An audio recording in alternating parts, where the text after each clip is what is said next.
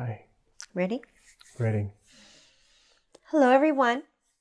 Today we are doing lesson 126. All that I give is given to myself. Let us begin. Alex? Lesson 126. All that I give is given to myself. Today's idea, completely alien to the ego and the thinking of the world, is crucial to the thought reversal that this course will bring about. If you believed this statement, there would be no problem in complete forgiveness, certainty of goal, and sure direction.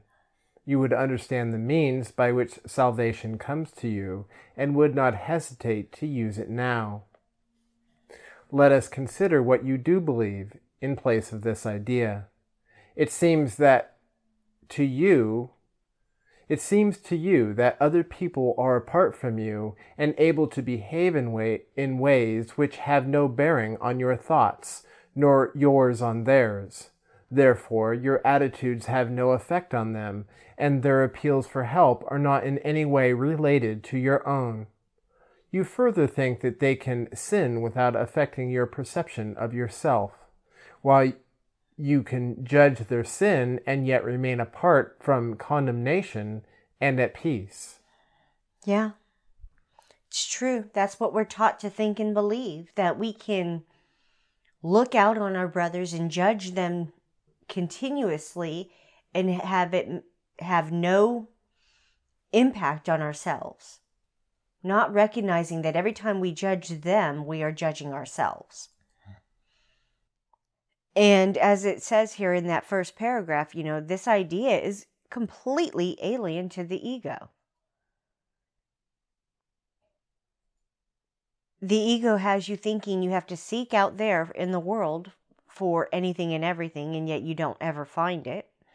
The ego would also have you thinking that by giving, you have to give to get, and that you have to take from your brother in order to have for yourself.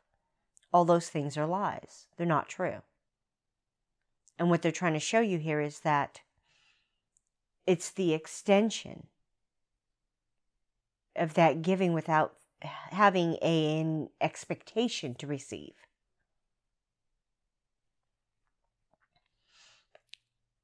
But recognizing that the more you judge your brother, the more you judge yourself. The more you deny, the more you deny yourself. It's all the same. Please continue. When you, quote, forgive a sin, there is no gain to you directly. You give charity to one unworthy, merely to point out that you are better, on a higher plane than he whom you forgive. He has not earned your charitable tolerance, which you bestow on one unworthy of the gift, because his sins have lowered him beneath a true equality with you. He has no claim on your forgiveness. It holds out a gift to him, but hardly to yourself. Thus is forgiveness basically unsound, a charitable whim, benevolent yet undeserved, a gift bestowed at times, at other times withheld. Unmerited, withholding it is just, nor is it fair that you should suffer when it is withheld. The sin that you forgive is not your own. Someone apart from you committed it, and if you then are gracious unto him by giving him what he does not deserve, the gift is no more yours than it was his sin. Then was his sin, yeah. It's interesting because that's the twisted egoic logic. That belief that you can judge your brother and that if you forgive him, you're being charitable and tolerant. When in truth, it was your judgment that you're trying to forgive. It wasn't what your brother did or didn't do. And that's the twisted thinking that's going on here, that they're trying to point out to you. That in everything, you're the one holding the judgments. trying to control what your brother does or does not do. And as it says there in paragraph 4, thus is forgiveness basically unsound, a charitable whim, benevolent yet undeserved, a gift bestowed at times, at other times withheld. Now, see, what that brings to mind, folks, is the controlled manipulations I would get from my family when I was growing up. That if I did not conform to their dictates, I would have their love and their acceptance withheld from me. That I would be punished and ostracized and singled out if I did not conform to their dictates. And that is what the ego would have you do. Withholding, believing that your brother is undeserving because they have sinned in your eyes. That sin is your own judgment, folks.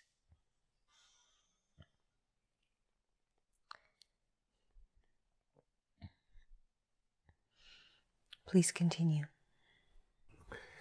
If this be true, forgiveness has no grounds on which to rest dependably and sure. It is an how do you pronounce that? Eccentricity. It is an eccentricity in which you sometimes choose to give indulgently an undeserved reprieve. Yet it remains your right to let the sinner not escape the justified repayment for his sin. Think you the Lord of heaven would allow the world's salvation to depend on this? Would not his care for you be small indeed if your salvation rested on a whim? You do not understand forgiveness as you see it. It is but a check upon overt attack, without requiring correction in your mind. It cannot give you peace as you perceive it. It is not a means for your release from what you see in someone other than yourself. It has no power to restore your unity with him to your awareness. It is not what God intended it to be for you. Yes. So what it's talking about there, folks, and what it's bringing to my mind as the example is how I had to look at the people that molested and raped me. And those situations, how I had chose to judge it and accept the judgments about them.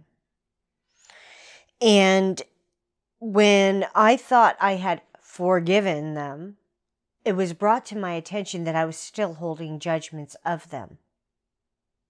Even though I was recognizing I had done no wrong, I still could not forgive them as of yet in those moments, as much as I thought I had.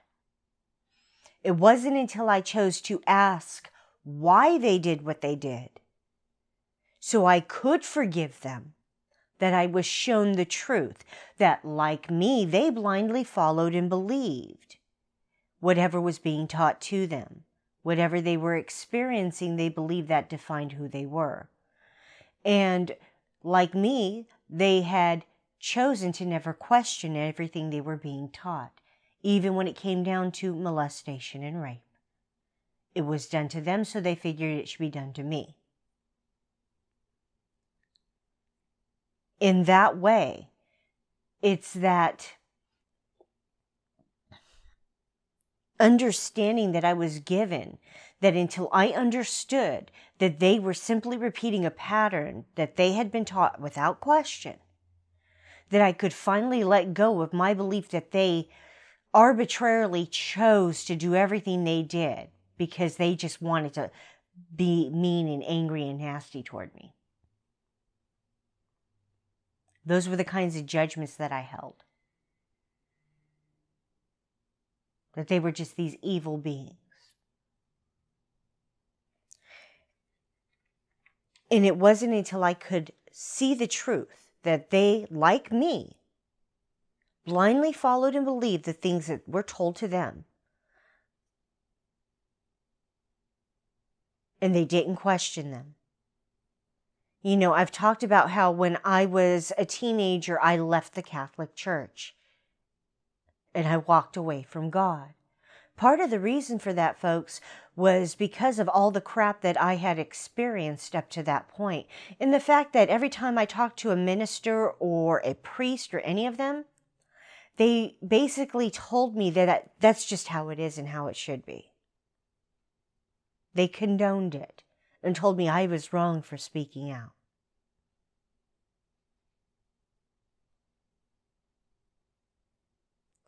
And it was that kind of stuff that opened my eyes to the truth of the lies I was being fed that had me walking away from the church at that time of my life.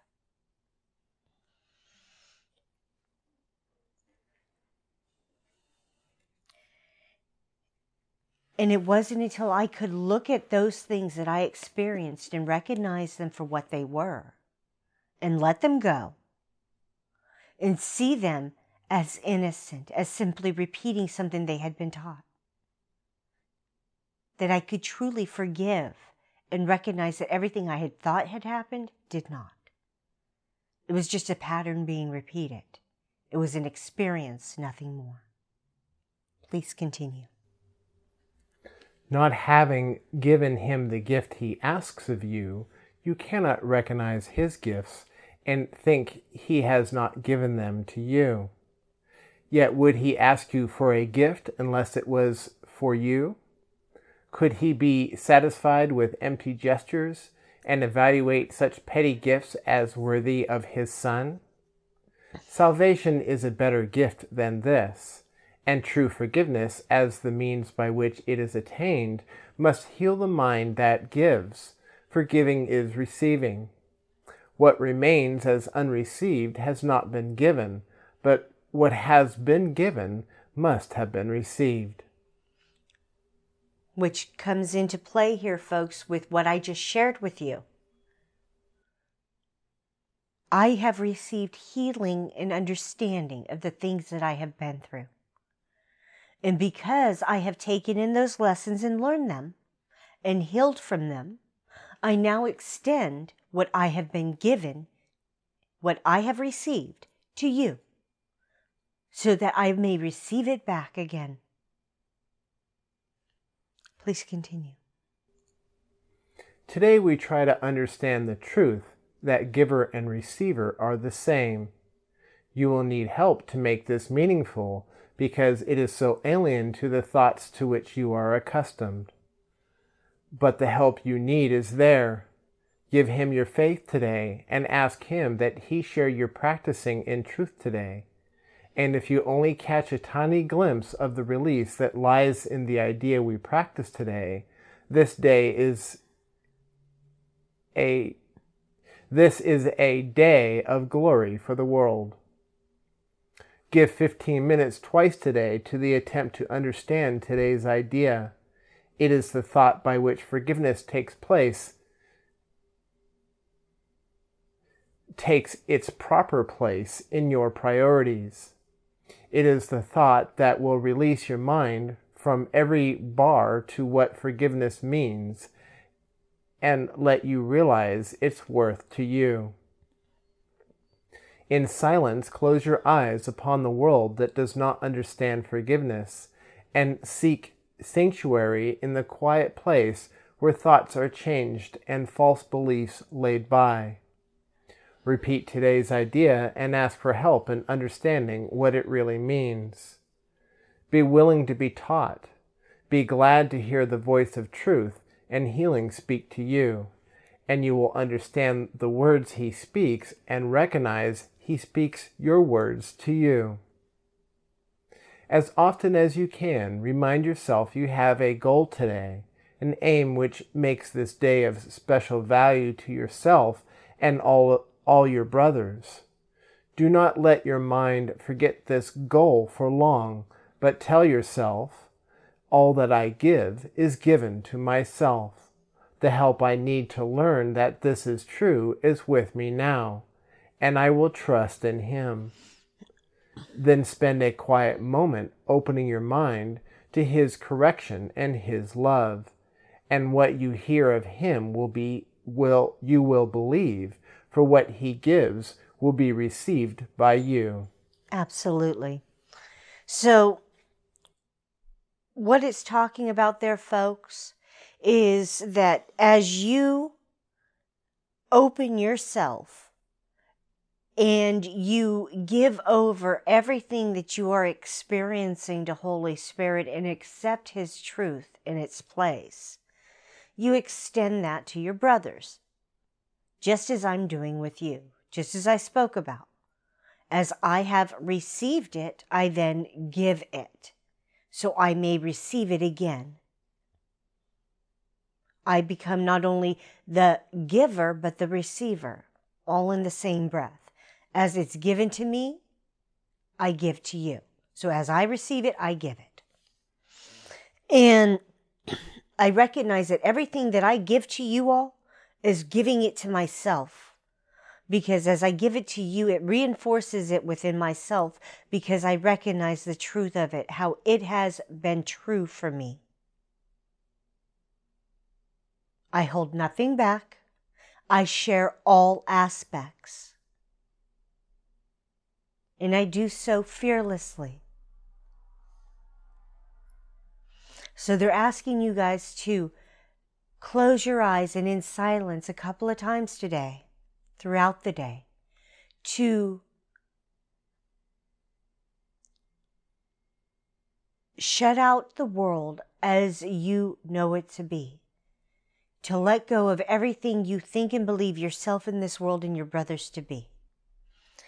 And lay all those false beliefs aside. And accept the truth that he lays before you. As you question all you have been thinking and believing and perceiving around you. It's questioning, folks. Recognizing that in those moments you are judging whatever's happening. That it's not what your brothers are doing out there that's the issue, but it's your choice to judge it, that is.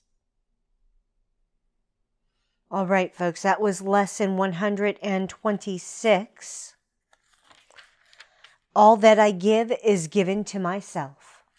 Thank you for joining us today. This is the weekend, so there is no correlating chapter text. Hugs, love, light, and blessings on your journey, my brothers. You are loved. We love you. Please be the light you are meant to be. Please be the light we know you to be. Please be the light we see you to be. Please choose to be the light. Thank you for joining us. My name is Sabrina Reyenga. And my name is Alex Reyenga. Please do the work, folks. Only you can do this work. Hugs, love, light, and blessings on your journey. Have a glorious day.